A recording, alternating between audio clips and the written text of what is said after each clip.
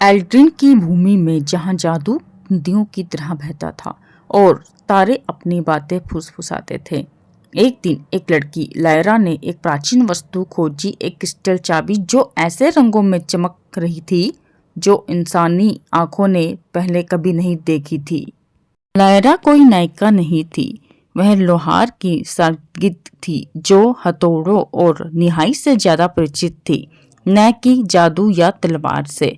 लेकिन जैसे ही उसने चाबी को छुआ, एक आवाज उसके मन में गूंज उठी, अनंत द्वार को खोजो। अपनी दादी द्वारा गाए गए एक पुराने गीत के टुकड़ों से मार्गदर्शन पाकर लायरा अपने छोटे से गांव को छोड़कर दुनिया से निकल पड़ी।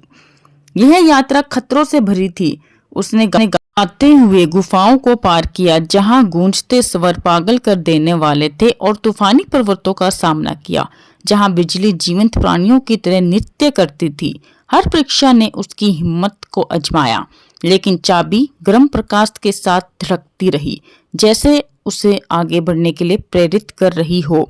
आखिरकार उसने अनंत द्वार को खोज लिया, एक विशाल द्वार जो ऑब्सिडियन से बना था, जिसकी सतह पर चमकती हुई लिपियां उकेरी हुई थी।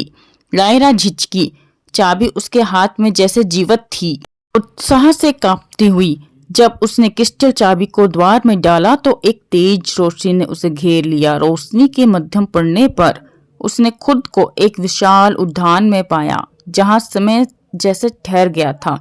केंद्र में एक व्यक्ति खड़ा था, चांदी के लिबास में, जिसका चेहरा छिपा हुआ था। तुम क्या यहाँ क्यों आई हो बच्ची? उस व्यक्ति ने पूछा। उसकी आवाज प्राचीन और दयालु थी। लायरा ने अपने छोटे से गांव और वहां के संघर्षों के बारे में, लोगों के बारे में सोचा।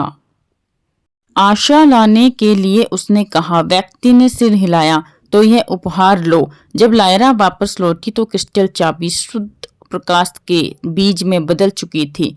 उसने उस गांव के चौराहा पर बोया और वहां एक पेड़ उग गया।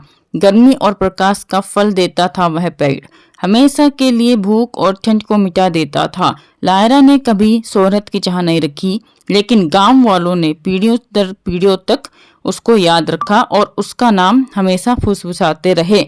एक लड़की जिसने तारों के बुलावे का जवाब दिया और धरती पर उनका आशीर्वाद लाया।